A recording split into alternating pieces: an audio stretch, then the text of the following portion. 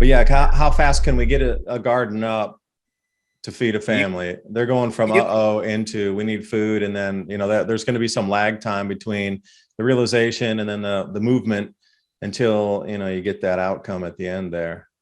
yeah, totally. Bill Mollison once said that with the right techniques, you could spend 30 minutes planting, and then in the future have food for 6 months. So it's a matter of just starting by planting seeds. Even if you just do 5 pots and you get some seeds in there, start letting the plants be your teachers.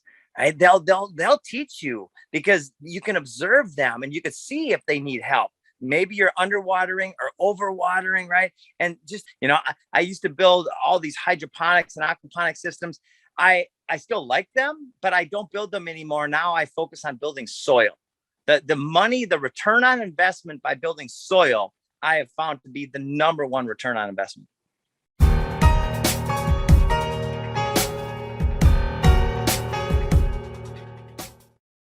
Hey, and good afternoon, everyone. Today I have with me Jim Gayle, foodforestabundance.com.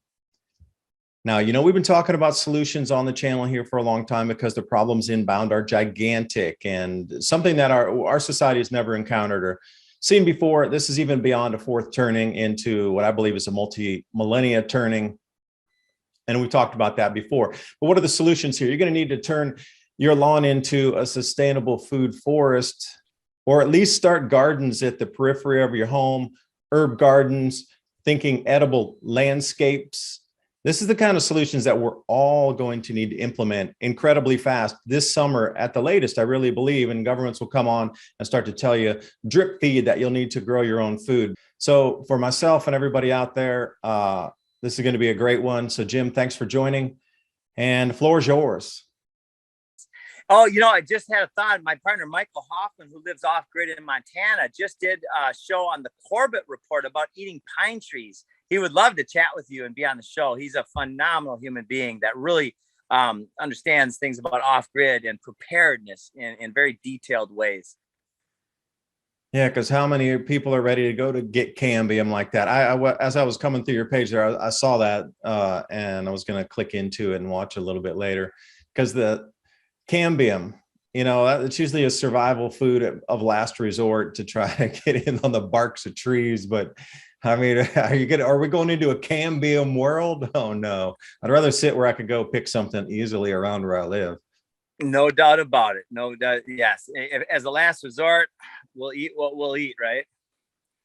At that point, if it does come to last resort, people are just going to start eating all these plants and that could be poisonous, and they just won't know. They'll just eat anything because they're hungry. It looks soft, I'll eat it. Well, hold on a minute.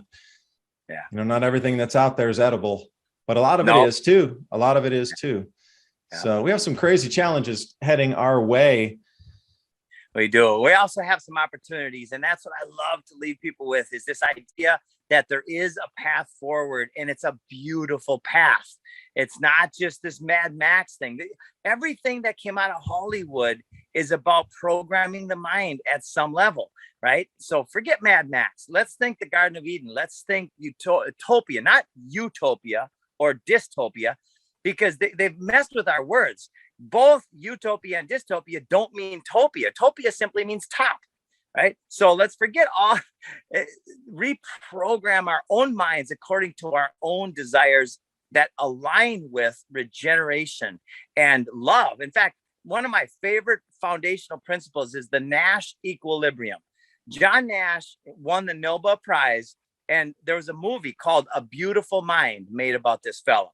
And previous to him, Adam Smith was the father of economic theory. And his theory was, if everybody in a system does what's best for them, that's the strongest economy. Nash added one simple thing. If you do what's best for yourself and others, then that will actually be even better for you. And that mathematical equation was in Hollywood, they made him out to be a schizophrenic. The whole movie was about schizophrenia, not about the incredible nature of his theory that won the Nobel Prize. Let me ask you a question here. The speed from zero to feeding a family, putting out a food forest or building a lawn or garden, something like this, What's your estimation, really, if somebody's going from zero and they need to feed their families to get food production up in the best of conditions and in the worst of conditions, those two parameters there? So my mom grew up on a farm in southern Minnesota where it was really cold. She had no electricity, no running water until she was 15 years old. Every spring, they would plant their garden. Every fall and throughout the summer, they'd harvest their garden and then they'd store what was excess. And they had enough food all winter long that came out of their own garden every single year. They also had chickens and they also had cows. So you can do a lot in a springtime if you put seeds in the ground.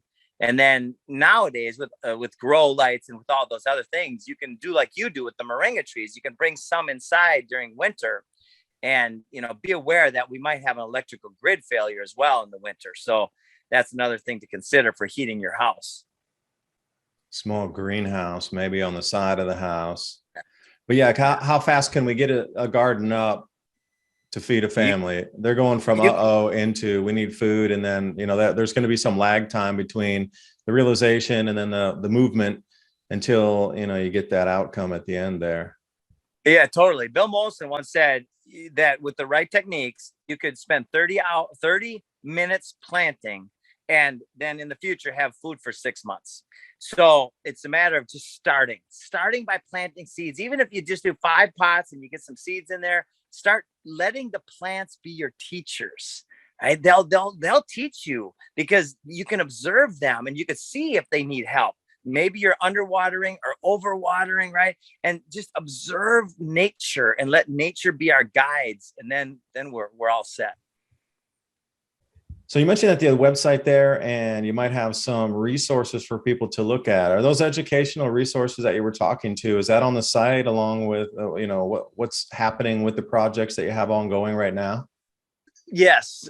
Everything we do is transparent. Our business model is about inspiring the most possible people to grow food. So if you want to just do your own research and do this all by yourself, you can literally take $20. You can go to the store and buy the food you normally buy and make sure it's GMO and it actually has seeds. You can buy cucumbers and tomatoes and whatever you like. And you could then learn how to propagate those seeds, and you could actually start your own garden with no extra money out of pocket. Or you could go to our website and you could purchase a food forest landscape design. And then one of our professionals will work with you to create the design for your space that you want that will produce. It starts with your agricultural zone. And then the next most important is, what is your goal? What is your desire for your own yard? And then it goes into pictures and videos of your space. And then with all that information, they'll create a professional design that will blow your mind. It's so beautiful. Yeah, because I'm thinking efficiencies and straw bale gardening. I wanted to touch on this just for a second. I'm going to try it the first time this year because I've never done it before. I've read a lot about it. Don't know if it's going to work. So I got a timer so I can automate it, because anything automated obviously is going to have a better yield, because there might be that day you miss it, you got it at the wrong time, you couldn't water it, whatever.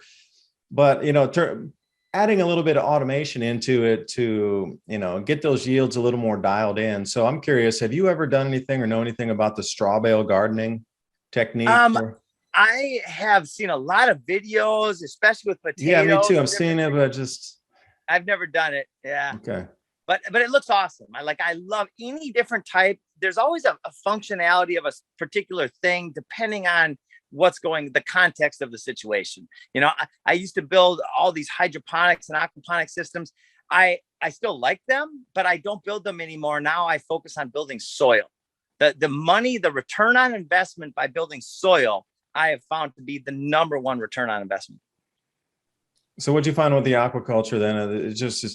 It's too mechanically complex where things might be breaking down or the yields weren't coming out. And I mean, there's a lot of moving parts to that. Anything aquaponics, aquaculture, whatever it would be, there's a lot of moving parts to keep everything alive in that system. Right. So I built one aquaponics system in Costa Rica where I had a flow through. I had a spring up in the top and then water tap for the community. And then I built a strategically located tilapia pond. And then I used that tilapia pond water to fertigate the gardens, which were below. And then the excess water just went right back into the stream. Those systems are phenomenal. I think the Hanging Gardens of Babylon were built on a flow through aquaponics system. But when it comes to moving parts and machinery, I try to stay away from that as much as possible.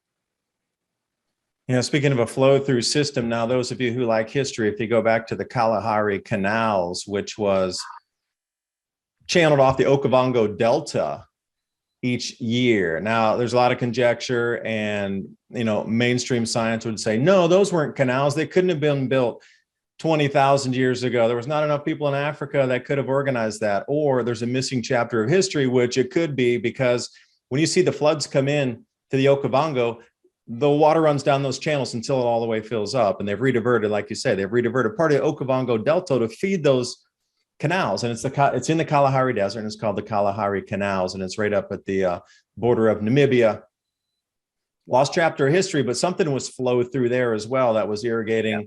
And it even has, steeped, and each one is 75 feet apart, and it's steeped up where you would grow your crops up there. And just, I don't know, looking at history, how much has been told or not, but I really believe there's a lot more solutions with frequency and vibration and, tech, yes, but we probably just have to go back to the basics, soil and plants, versus trying to get too high tech with vibration. And yeah, soil's where it's at. And that's what our Topia is based on. It's based on building soil per acre and the caloric value of the potential of the soil. Soil's where it's at, because soil is earth. Like, build the earth, help the earth. And really all we have to do is just take out the poisons. That's the thing. Take out the poisons and start. And if you want to speed up time, you add mulch and you add layers and you add different plant combinations that love each other. So, overproducing food is going to be a thing too, because if you can't store it or process it quickly enough, you're going to want to trade it off for something else. Now, Topia that you mentioned, is there a white paper out there, a site up so people can see how the mechanisms, and is there a trading platform within it so people match, producer and buyer could match themselves in a local region there using these same tokens? The white paper is done, and we're putting it to market probably on the 4th of July. And on the 4th, you're waiting, everybody wait, you gotta wait. I know. Our platform will be Chordal. Chordal. Oh, I know Chordal. You do? Yeah. So we're putting Topia on a Chordal wallet. So it's completely decentralized. And then every customer will have a Chordal node, so we can create a decentralized internet mesh network. And it's going to go really fast. We just invested, and it's really exciting to see this. The potential of this. It's going to take some years to get this mesh network to make the other network irrelevant, but we need to do it. So we're going forward full speed. Yeah, because I know a couple other guys, Mike and Bear, that are out west that are involved with Chordal as well. I love those guys. I was on their show not too long ago, Alpha Vedic. Just amazing people. Yeah, because we've done a couple of interviews way back in the day, and I learned a lot from them too, especially about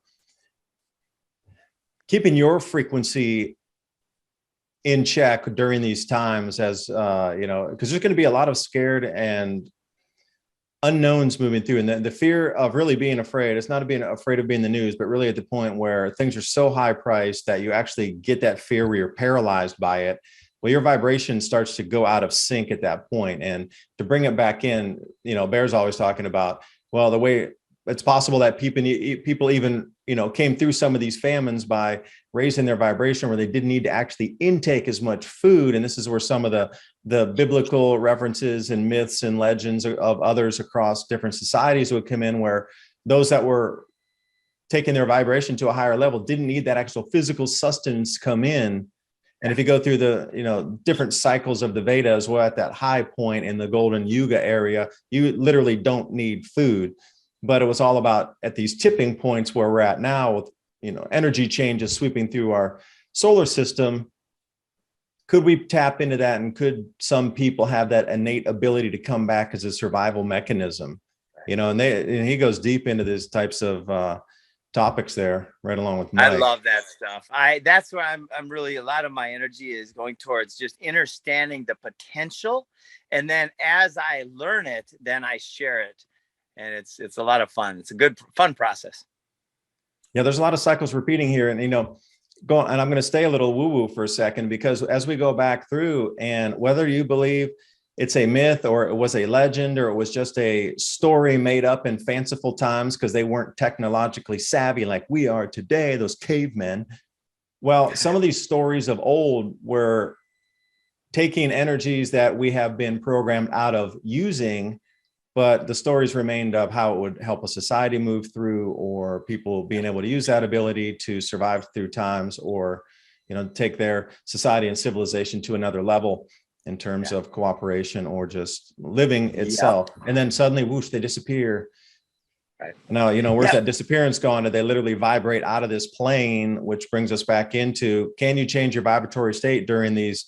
Because there's definitely going to be a shift. I think the heaviness and that darkness is going to be so dense. I mean, literally like a piece of iron, and anybody that's vibrating faster than a piece of iron is literally going to step out of that soup into a, I don't know, the reality around them is going to shift greatly if you can stay out of that fear, if you can stay out of that heavy soup of iron.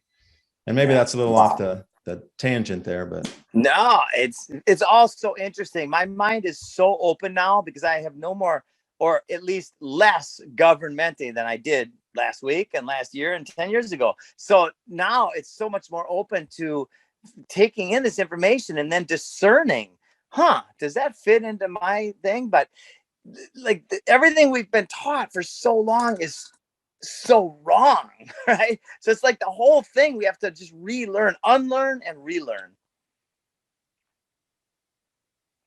and even if you know the solutions there, again, you mentioned that 40%, how many people would choose to not survive through it compared to turning on that ability or turning on that energy field or whatever you term it as?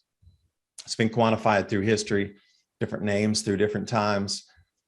They would choose to check out versus turning it on because they just don't believe it can be turned on, even though the person next to them and that person next to them both activated. And then suddenly they're like, no, I just still can't do it. I don't believe it. Even though those two people next to me, there's going to be a percentage of that. You know, there will be. Oh, there already is, right? I mean, we see it every day when we're talking to our friends, the people we love and care about, who just will not see it. And I'm trying all these different, I'm always trying new ways to get in there and to open up their minds, right? And sometimes it works. I never quit. And some of them think I'm crazy, and some don't even want to talk to me anymore. Some good friends like, Jim, I don't really want to talk to you, because I challenge their foundation, their foundational belief systems of how this world operates. And it doesn't feel comfortable for them. So they would just rather not talk to me. Okay, I'll keep trying though, because I love them. Yeah, they'll come around. And, you know, in the beginning, when I was starting my channel back in 2014, people, you know, again, they're like, this, you're out there in left field by yourself, my man. And then suddenly I got the same people calling me back going, you remember when you told us that? Can you tell me a little more? You know, so you get these strange messages starting to drip in now of people that, like you're talking about, have disconnected or said, can't listen to it.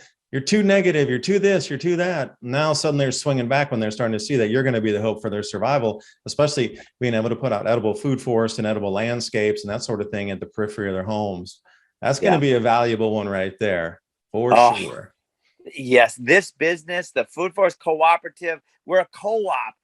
And it's so much fun because everybody who comes aboard adds their bit of understanding and knowledge and ideas and techniques. And there's so much out there that let's come together for one. I don't really feel good about the idea of like-minded. Right? I don't want to be with people that are like-minded. I want to be with people that are diverse-minded with one common mindset, and that's freedom. Right? I do not do business with people who advocate for force and violence and enslavement. Everybody else, come on and let's talk. If you're about, you know, the voluntarism and voluntary exchange of value, then let's play. It's going to have to go that way. You know, the entire way we've been brought up and structured of it's mine, it's my house, get off my land, or, you know, that's my job. You interfered with my job. I didn't get the raise. You know, these whole things of mine is definitely going to start to shift, because being a fan of history, I like to read about how people were able to make it through the Great Depression. You know, and those of you out there who think you're going to go hunting for deer out during this next massive depression that we're coming into, The forest was hunted out in the 1930s during the Depression, where it cost them more resources to go in to get the deer because they were so far back in there because they ran that it wasn't worth it to go in and go hunting anymore. That was in the 1930s. Now put that in your mind. And what I started to know is that families really started to come together and help each other. Yeah. Those that had more on the city block would give to those who had less, or they knew it was a hungry family. Like things would just appear on the doorsteps of people helping. But then it started to, morph into something on its own where it was a community helping. So if somebody needed help with, like, you have some woodworking there, and a lot of people don't know woodworking. And then it was like, oh, I'll help you over there build this. And just like the Amish similarly do today, they help each other with all the skills that are needed. And that's really what it will be about, is even if you don't know how to can your food, somebody in your community would. But if you had another skill to offer and trade and barter of time, and I heard something called a time bank one time where you're a doctor or you're a dentist, you can trade your 1 hour because it's just time compared to somebody who did woodworking or watch repair. It was 1 hour. So everybody did their thing. So you repaired a watch, you went in and got a free dental cleaning or whatever it was for 1 hour. And I think we're going to be, now that's technological today where you can, itemize that and do that swap. But, back in the 1930s, it was all about community helping each other when anybody needed help. Yeah. Is that really too out there, or do you think society is going to move that way, or, I think that this idea of the Nash equilibrium, when people do what's best for themselves and others, I think it's just going to be natural and very much just common to serve, because at the end of the day, the more we give, especially when we give wisely, the more we receive. And then the more we receive, like, I don't want to be a freaking guy with billions of dollars in a bank account. That represents scarcity to me. Like, why would I do that when that billions of dollars could literally change the world? In fact, Elon Musk and this guy from the UN were having a debate online. It was probably a big scam, but they were talking about if the guy said, if Elon gave up 2% of his wealth, we could end world hunger. Well, Elon said, okay, you show me how and I'll do it. Now, I don't trust Elon one bit. I think he's part of the system. But the point is, I did a video that got seen by like 20 or 30,000 people. I said, Elon, if you for $6 billion, which is 2% of his net worth, here's the exact strategy to end world hunger. We put $1 million food forests with educational systems in 6,000 of the world's biggest cities, and we end world hunger in 3 years. But you end the system that controls that delivery of food as well, because autonomy, then that's the first. Oh, we can do that. Well, what else can we become autonomous from as well? Then they start making a checklist. Here we go. Yeah. Fuel next. See you later. Yep. Electricity. Hey, Tesla. Yeah. And it can go on and on. On and on. This solves the plastic issue in the oceans. This solves the transportation issue. All of the issues, even the bullshit issues that they're talking about, this solves them, even though they're not really issues. Literally, when we grow food instead of lawns, we solve all of it. Now, if you're just catching us in the last few minutes or so, here with Jim Gayle, foodforestabundance.com. You want to jump over to the site, check out what they're working on, and the blueprints for the food forest sound really good, because you're integrating now where people are sort of self-sufficient. If they're at that point where they want to get the blueprints, obviously they know how to grow some food and they're willing to try to put it out themselves. And again, a shout out to Alpha Vedic over there with Mike Winter and Bear Lando, because everybody's doing their part. Joel Salatin as well. I learned from all these people myself to try to implement, because I do have some experience of it, so I can try to things. If it fails, great, I learned something from it. But Jim, I appreciate you coming on. Any last words to push us out of here? Please tell us how people can get a hold of you, and awesome. If they really want to take steps forward, what's the next step for them? It's cool. Well, thank you, my friend, first for having me on the show to expose this message to more people. And if you want to email me directly, it's jim@foodforestabundance.com. You can check out our website, foodforestabundance.com. And we have an abundance ambassador program. We went in 90 days. We went from 0 to 500 We've got one of the fastest growing cooperatives in the world right now, and it's all about inspiring and empowering people to grow food. So if you want to be a part of this, it's a lot of fun, and I invite you to join us.